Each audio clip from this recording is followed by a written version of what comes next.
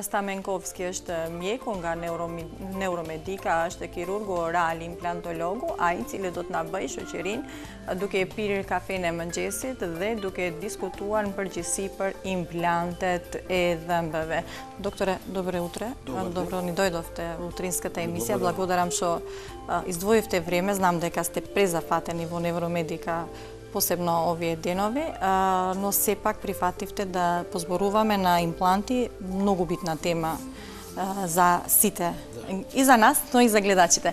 Како за вовед, пред и да ги следиме вестите, докторе, јас сакам накратко да знаеме што е тоа орална хирургија и зошто тука оралната хирургија гледаме и по вашиот назив води секогаш и со имплантологија. Оралната хирургија заедно иде со имплантологијата и најчесто оралната хирургија се занимава со спасување на зъбите. Така. Ние сме крајната инстанца кај што може да се спаси зъбот, дали оперативно или со надоместување со ставање на импланти, тоа се вештачки заместители кои се стават на место на изгубените зъби и со тоа се подобрува естетиката и функционалноста кај самите пациенти. Докторе, ќе се навратиме на темата импланти. Имаме некаде 6 до 7 минути вести. Вестите овие денови се многу битни, да ги проследиме заедно и јас и вие и гледачите вестите. Праши која стендеруар me mjekun do të diskutojmë, do të fillojmë më thellësisht ta diskutojmë temën implantet e dhëmbëve, me njëherë pasi të ndjekim edhe lajmet e dyta të programit Paradites. Është mjeku Todor Stamenkovski nga Neuromedika, është kirurgu oral dhe implantologu. Po diskutojmë sot temën implantet e dhëmbëve. Ne vetëm sqaruam në fakt çfarë është kirurgjia orale. Të gjithë ju që keni probleme dhëmbët, nuk i keni të gjitha dhëmbët në numër, dëshironi të vendosni dhëmbë, shtesë, atëherë ju ftoj pikërisht të ndjekni bisedën me mjekun, sepse është një ndër ekspertët më të njohur, jo vetëm në vend, por edhe në rajon. Doktore, ние позборувавме што е орална хирургија. Сакам тука да се навратиме, убаво ми објаснивте, јас ви реков, дали ова имплантите се поставување на зъби со мостови. Вие ми рековте, не, тоа е... Тоа е првото што е, прво е поставувањето на имплантот, отпосле се поставува и протетската конструкција. Денталните мостови, зависност што пациентот ќе прифати. Да позборуваме малку повеќе за целата постапка на поставување на импланти. Да, имплантиве што ги работиме ние во Невромедика се изработени од високо квалитетен титаниум, кој не радиосува, биокомпатибилен со коската човечка, така да не покажува никакви алергиски реакции и лесно организмот го прифаќа имплантот. Постапката е следната. Пациентот доаѓа во ординација, се прави стоматолошки преглед, се објаснува постапката за и начинот на постава на имплантот, се прават РТГ снимки, пациентот во меѓувреме пополнува една анамнеза за неговата здравствена состојба. Тоа сакав да ве прашувам, дали постојат случаи кога еден пациент поради X здравствени причини не сме да стави имплант? Во кои случаи, докторе? Тоа се срцеви заболувања, типот на песмейкери кои носат пациенти, крвни заболувања некои и така натаму и така натаму. Значи сепак треба анамнезата. Тоа се некои релативни контраиндикации, можеме да ги надминеме со тоа што ако пациентот има некои лоши навики, пушење, консумација на алкохол, бруксизам, шкртање на зъби или бруксизам, прво се решаваат лошите навики, здравствените проблеми, понатака се продолжува со постапката за имплантација. Продолжуваме и ние со постапката. После анамнезата, кој чекор следува? После анамнезата му се прави на пациентот РТГ снимки, тоа се панорамист на двете вилици, на основа на кои ние го одредуваме кој тип на импланти би се ставил, на кое место би се ставил тој имплант, која димензија би биле ширина и должина на самиот имплант.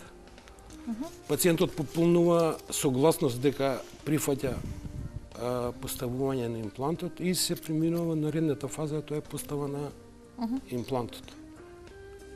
Составот на имплантот, докторе, од што се состои имплантот? Секогаш тука имаме големо прашање. Состои од високо квалитетен, реков, титаниум.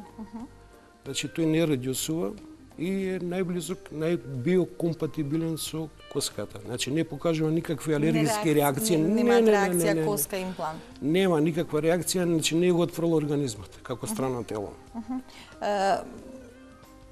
Секако тука има и неколку фази на поставување имплант. Од тоа почнавме ние со постапката. Но ме интересираат сите тие фази на поставување на имплант. Постојат две фази на поставување, овие се двуфазни импланти, значи во две фази се поставуваат имплантите. Првата фаза на постава на имплантот е со помош на борери или така наречени дрилови, кај што се со нивна помош се прави лежиштето на самиот имплант со континуирано ладење од физиолошки раствор, за да не се доведеме да прегрееме коската, па дополнителни компликации кои се јавиле подоцна, тоа се од типот на периимплантит или воспаление околу самиот имплант, разградување на коската околу самиот имплант, негова клатење или луксација, што викаме ние, и губење на самиот имплант. Таа е, значи, првата фаза. Кога ќе заврши таа прва фаза, на пациентот му се ординираат антибиотици, му се кажува дека треба да држи тој ден ладни облази, наредниот ден се прави контрола и имплантот, за разлика, обстојува, значи во горната вилица некаде неговата остеоинтеграција, односно стреснување со коската е 5 до 6 месеци во горната вилица, додека во долната вилица е 3 месеци. Тоа е така ради тоа што во горната вилица е, ние викаме како сендвич. Тоа сакам да ја прашам, која вилица е најадекватна за поставување? И двете вилици се, меѓутоа остеоинтеграцијата во горната вилица е многу подолга, ради тоа што таа е како еден сендвич, составена од коска, сункерасто ткиво, па коска. А за разлика од долната вилица, која е монолитна, само коска е. Затоа и подолготраен процесот на остеоинтеграција во горната вилица него во долната вилица. Инаку нема проблем ни во долната ни во горната вилица за прифаќање на имплантот. Според вашето искуство, дали до сега се случило да не се прифати имплантот? Не. Значи имплантот е секогаш безбеден? Безбеден е за постава, значи не покажува никакви алергиски реакции, страснува со коската, ако е добро направена од страна на оралниот хирург, а и понатака ако пациентот се одржува својата орална хигиена. Кога ќе се направат тие протетски конструкции од поставот кога ќе се заврши тој остеоинтегративен процес на самиот имплант. Докторе, како се прави, како се поставуваат имплантите во аспект на треба анестезија, Целата процедура се одбива во локална анестезија, пациентот е свесен, безболна е целата процедура. Јас се прашував дали ќе боли имплантот, вие ми рековте дури помалку од вадење на зап, како е можно тоа? Па така викаат и пациентите што и така. Зашто некогаш дајме да заглавиме повеќе кај обично вадење на зап, него да се постави еден имплант. Сепак е брз процесот на постава, наставање на имплантот, безболен е, значи се работи во локална анестезија, пациентот е свесен. Реков дека понатака постоперативно му се даваат антибиотици, аналгетици. Дури кога ќе дојдат наредниот ден на контрола, пациентите кој да не им е направено ништо. Зборам морално хируршки, немаат никаков оток. Така да се задоволни со интервенцијата. Колку трае процедурата од интервенција до, мислам, од тоа, нели, панорамските слики, тие се разгледуваат, одлучувате кај да... Колку самата хирушка, да наречам, интервенција трае во овој случај? Хирушката интервенција за постава е конкретно за еден имплант, некаде само самата постава на имплантот е од 10 до 15 минути. Толку кратко? Да. И со опивката, и со се? Опивката си трае. Таа е дополнително, ние збориме само за... Дали има болки после кога ќе се постави имплантот, ќе дадете антибиотици? Тоа е субјективно од пациент до пациент, меѓутоа ние даваме аналгетици, даваме антибиотици и постам секоја интервенција кај поставено овие импланти, локално околу самиот имплант, околу самото оперативно поле, става медикамент кој не дава оток и болка. Докторе, Така да нема, кај 99% од пациентите немаме болка, немаме ни оток после таа интервенција. докторе, на колку заби се става импланти? Мислам, дали има, например, немам само еден зап што ми фали, туку имам повеќе заби. Тогаш на повеќе заби може повеќе импланти? Да, може да се. До колку импланти можат да... Па фактички имплантите се измислени за таа работа. Кај што имаме изгубено зап, значи претходно извадено зап, мораме да имаме го надомести тој зап. Мораме и други заби да имаме наоколу? Може, меѓутоа и не мора. Значи може да се стават како соло импланти и да се поврза со природните заби на самиот пациент. Така да тоа е дискутабилно и зависи од пациентот што сака и ние што би му предложиле како стоматолози, зашто работиме сепак како тим. Јас како орален хирург и доктор што работи како стоматолог што ние секогаш ви мешаме, оралните хирурзи со стоматолозите секогаш ви мешаме.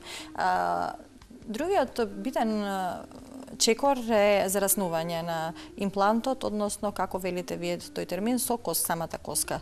Тоа е остеоинтеграција. Спојување. Да, спојување на имплантот, тоа е остеоинтеграцијата на имплантот. Како тече таа фаза, докторе? Остеоинтеграцијата како што реков, во горната вилица е малку подолго трајна. Значи, од кога ќе се постави имплантот, постои период на мирување на самиот имплант, во кој период во горната вилица е од 5 до 6 месеци, за тоа време он страснува со самата коска кај пациентот. Така да со контролни снимки што ги правиме во тие 3 до 4 снимки што се прават за тие 5 до 6 месеци, гледаме самото зараснување на имплантот со коската. Значи, не треба да постои некој разградување околу самиот имплант, околу самата коска, да постои некој процес што би не ја расипал целата работа. Докторе, дали има разлика која година е роден пациентот? Значи, тука да позборуваме малку за поставување импланти и годините на пациентот. Нема некоја ваква. Значи и постарите и помладите, сите. Битно е само здравствените проблеми што ги има пациентот да се решат, лошите навики што реков претходно и нема никаква друга пречка за постава на тие импланти. Технологијата што ја користите у Нейромедика, било за импланти на заби, било за се друго, е од најновите модели. Да. Што користите вие од таа современа технологија? Не сакам да позборуваме за фирмите што ја прават таа технологија, но дали сте снабдени и во тој дел? Да, снабдени сме, работиме со одлични материјали, значи со одлични импланти. Ние го викаме, кога треба се постави тој имплант, работиме со посебна машина. Тоа е физиодиспензер, каде што без него не би можело да се постави имплантот. Зашто мораме да имаме континуирано ладење за да не дојде до пригревање на самата коска.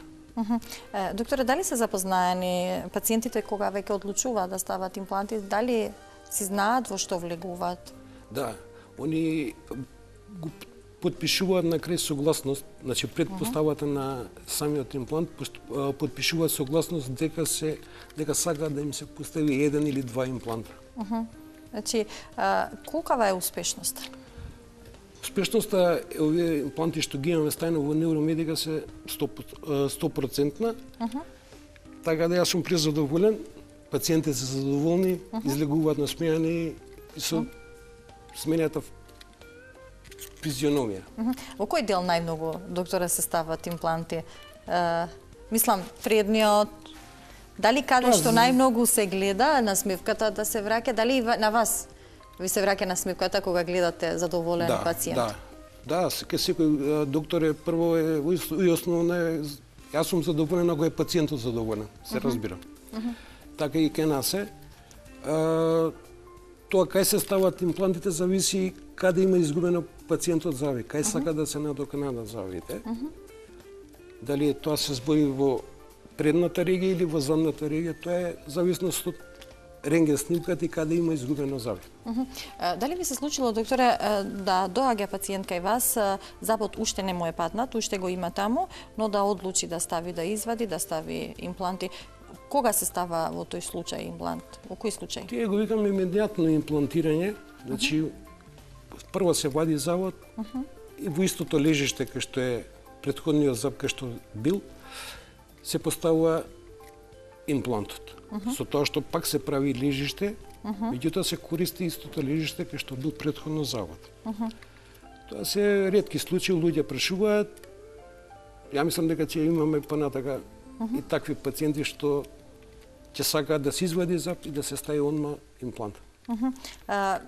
Кога најмногу, дали правите и анамнеза, например, од што ги изгубиле забите луѓето? Дали имате вие нешто, некакви такви информации, од што најмногу им паѓаат забите, ги губаат забите, ги губиме забите во суштина? Од нехигиена, доктора? Да, не добра орална хигиена, не доваѓање на посета на стоматолог барем 3 до 4 пати годишно, не санирање на кариеси, избориме, на парентопатија и така натака. Може имплантите да бидат, да настрадат од ваквите болести од како ќе се постават и ќе бидат како вистинските заби составот? Да, како вистинските заби нема да биде составот, меѓутоа е најблиску до тој состав, значи најкомпатибилни се да се постават во вилиците кај пациентите, така да до сега не сме имали никаков проблем со тоа.